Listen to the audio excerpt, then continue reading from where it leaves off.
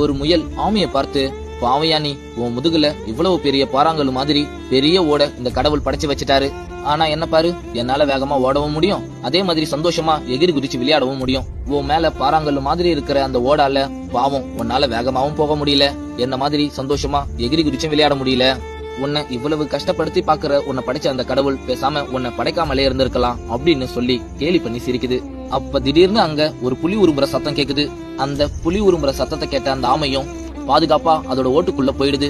இன்னொரு பக்கம் முயலும் பயந்து போய் ஓடி போய் ஒளிஞ்சுக்குது. புலி போனதுக்கு அப்புறம் கொஞ்ச நேரம் கழிச்சு வெளியே வந்த முயலை பார்த்து ஆமை சிரிக்குது. நீ கிண்டல் பண்ண என் மேல இருக்கிற ஓடுதான் இப்ப என்ன அந்த புலிகிட்ட இருந்து காப்பாத்துச்சு. நீ சொன்னதும் சரிதான், என்னால உன்ன மாதிரி வேகமா ஓட முடியாதுதான், ஆனா இருந்த இடத்திலேயே என்ன பாதுகாக்க கடவுள் எனக்காக இந்த ஓட எனக்கு படைச்சிருக்காரு. இந்த ஓடால என்னால புலிக்கு பக்கத்திலேயே இருக்க முடியும், ஆனா நீ என்னதான் என்னை விட வேகமா ஓடினாலும் உன்னால அந்த புலிக்கு பக்கத்துல இருக்க முடியுமா அப்படின்னு கேக்குது. இத கேட்ட அந்த முயலும் என்ன சொல்றதுன்னு தெரியாம தலைய தொங்க போட்டு நிக்குது. நண்பா, நம்மள நிறைய பேர் எதுக்குதான் இந்த கடவுள் நம்மள இந்த உலகத்துல படைச்சானே தெரியல அப்படின்னு சொல்லி புலம்பிட்டு இருப்போம். அவங்களுக்கு எல்லாம் நான் ஒன்னே ஒண்ணு மட்டும் சொல்லிக்கிறேன். சாதாரணமா இந்த ஆமையோடைய ஓட்டையே கடவுள் இந்த அளவுக்கு பார்த்து படைக்கும் பொழுது நம்ம எல்லாம் 6 அறிவுள்ள மனுஷங்க, கண்டிப்பா நம்ம எல்லாம் ஏதோ ஒரு காரணத்தோட தான் பிறந்திருப்போன்றத மறந்துடாதீங்க.